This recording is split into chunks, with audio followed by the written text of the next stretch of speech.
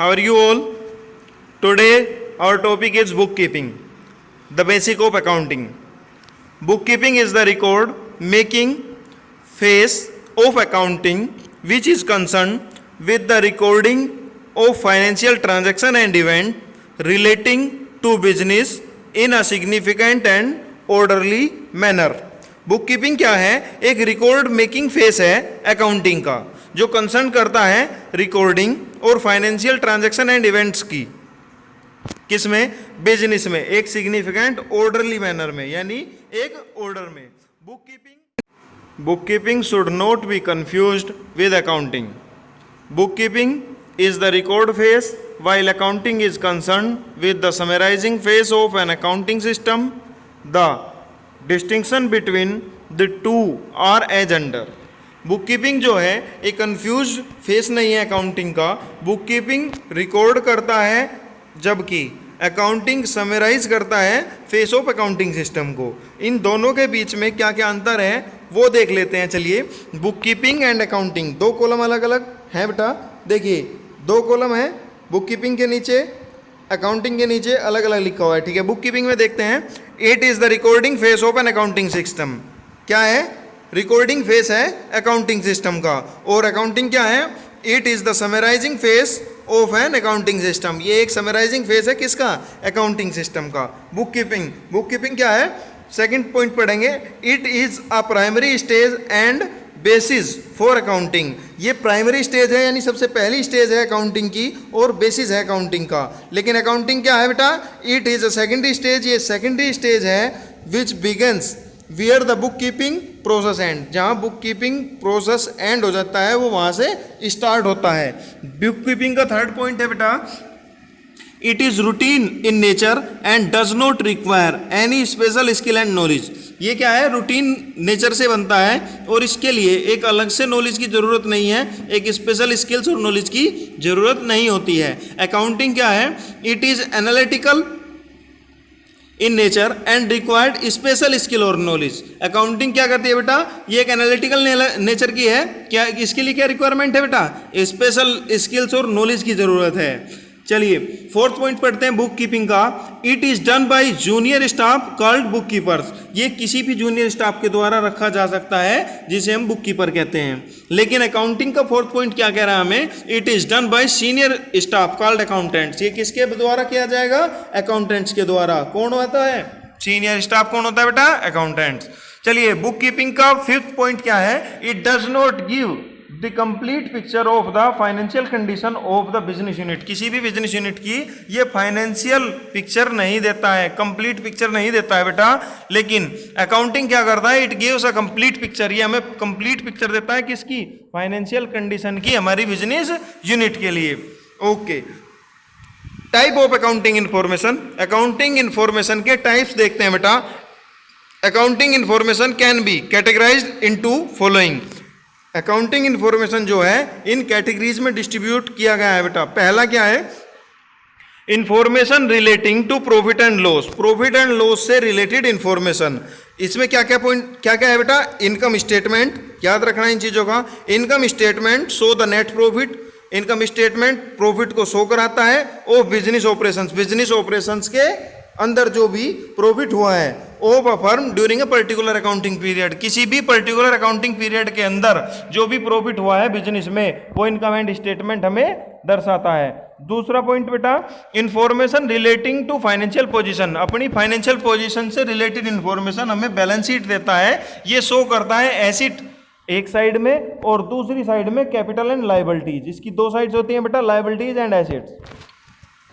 Schedule are notes forming part of balance sheet and income statement to give detail of various item so in both of them. देखिए, schedule जो है, schedule notice जो है forming किया जाता है किसमें? Part of balance sheet and income statement, दोनों के अंदर. जो अलग अलग आइटम होते हैं वो दोनों के अंदर आते हैं. अब सब फील्ड ब्रांच ऑफ अकाउंटिंग पढ़ते हैं। देखिए बेटा, ब्रांच ऑफ अकाउंटिंग 3 है, financial accounting, cost accounting and management accounting. Financial accounting क्या है? इट इज दैट सब फील्ड, ये वो सब फील्ड है, ब्रांच ऑफ अकाउंटिंग है जो कंसर्न करता है recording of business transaction, business transactions की रिकॉर्डिंग को। जो फाइनेंशियल नेचर की होती है उन्हें सिस्टमेटिक मैनर से नोट डाउन करता है। To ascertain the profit and loss, ascertain करने के लिए प्रॉफिट और लॉस को अकाउंटिंग पीरियड में, and to present financial position, और प्रेजेंट करने के लिए किसे?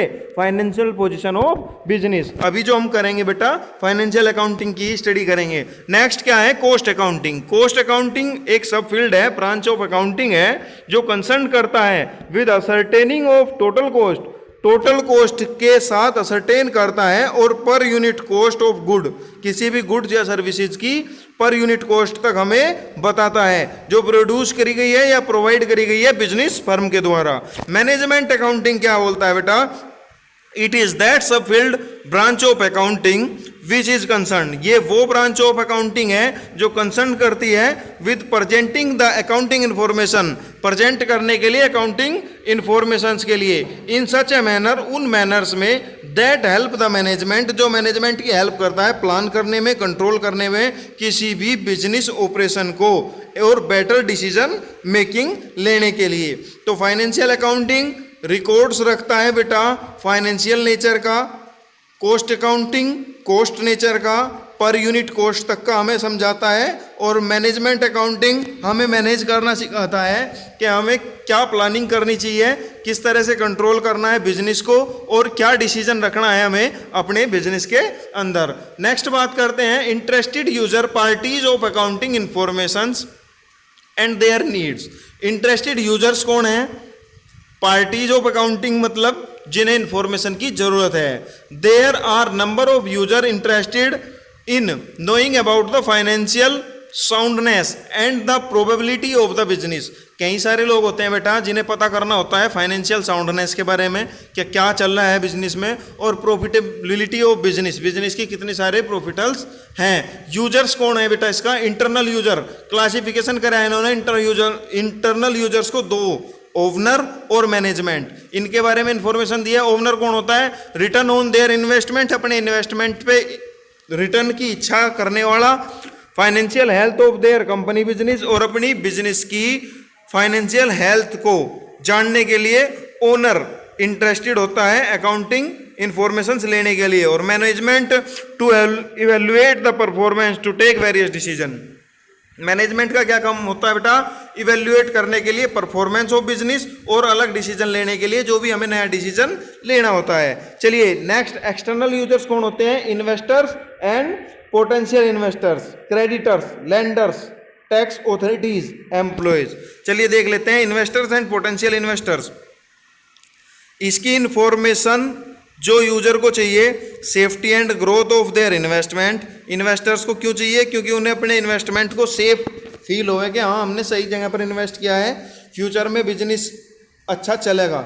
इन्वेस्टर्स को इसलिए ज़रूरत है। क्रेडिटर्स को असेसिंग द फाइनेंशियल कैपेबिलिटी, किसी भी बिजनेस की फाइनेंशियल कैपेबिलिटी को जानने के लिए क्रेडिटर्स को पता करना होता है accounting informations related to business. Ability of the business pay its debit, क्या बिजनेस उसका जो उधार है वो चुका सकेगा, वो सब क्रेडिटर्स को जरूरत है। Lenders, repaying capacity, credit वर्थनेस। Lenders को इसलिए जरूरत है बेटा क्योंकि वो रीपेइंग कैपेसिटी चेक करता है और क्रेडिट वर्थनेस देखता है किसकी? हमारे फर्म की। Tax authorities, assessment of due taxes, जो ड्यू टैक्सेस हैं उनका असेसमेंट, और true and fair disclosure of accounting information, क्या ये सही इंफॉर्मेशन दे रहे हैं या नहीं, इसके लिए टैक्स ऑथोरिटीज भी इंफॉर्मेशन की जरूरत समझता है। Employees, profitability to claim higher wage and bonus whether, भाई हायर सैलरी या वेज कब मिलेगा? जब अच्छा प्रॉफिट होगा। तो ये कब पता लगेगा आपको अच्छा प्रॉफिट या हुआ? जब अकाउंटेबिलिटी पूरी होगी, यानी अकाउंट इंफॉर्मेशन आपके पास होगी। ये एम्प्लॉयज को भी जरूरी है। चलिए अदर्स में क्या है? कस्टमर, रिसर्चर्स, ईटीसी में seek different information of different reason, अलग अलग रीजन है बेटा सभी के। कंज्यूमर्स को भी ज़रूरत है, रिसर्चर्स को भी ज़रूरत है, और जो डिफरेंट फॉर्मेशंस हैं डिफरेंट रीजन्स के, उन्हें भी ज़रूरत होती है सारी अकाउंटिंग इन्फॉर्मेशंस की। Qualitative characteristic of accounting information, accounting information की क्वालिटेटिव जो कैरेक्टरिस्टिक हैं वो हैं बेटा, accounting information is useful for interested user only it is possess the following characteristic. Accounting information जो है यूजफुल है इंटरेस्टेड जो यूजर्स हैं अकाउंट्स के, उनके लिए, और वो जो पोजेस कैरेक्टरिस्टिक है इसकी वो इस तरह से हैं। Reliability means the information must be based on fact and be verified through source document by anyone. It must be free from bias and error. Reliability means the information must be based on facts, मतलब वो real होनी चाहिए, verified होनी चाहिए, documents के अंदर किसी भी आदमी को जांच करने की इच्छा हो तो वो जांच कर सके, और ये फ्री हो, इसमें कोई भी एरर या कोई भी गलती ना हो। रिलीवेंस, टू बी रिलेवेंट करने के लिए बेटा information must be available in time, information time पे मिलनी चाहिए। Must influence the decision by user by helping them to form prediction about the outcome. Relevance क्या कह रहा है बेटा, हमें ये रिलीवेंट कर देता है, सारी इन्फॉर्मेशन अवेलेबल अगर है हमारे पास तो हम डिसीजन ले सकते हैं, पहले से पहले भविष्यवाणी कर सकते हैं कि क्या हमारा आउटकम होगा। अंडरस्टैंडेबिलिटी, इन्फॉर्मेशन जो है वो प्रेजेंटेड करी जावे इस मैनर से कि उसे अंडरस्टैंड भी किया जा सके, यानी समझा भी जा सके। कंपेरेबिलिटी, जो इन्फॉर्मेशन है हमारी वो डिस्क्लोज करी जाती है इस मैनर में जो कंपेयर्ड करी गई हो पहले से ही प्रीवियस मैनर से या प्रीवियस ईयर की फिगर से। बिजनेस अपने आप ही अपने फर्म में अपना डाटा प्रीवियस ईयर से कंपेयर करके चलता है। चलिए class, thank you and don't forget like, subscribe and share.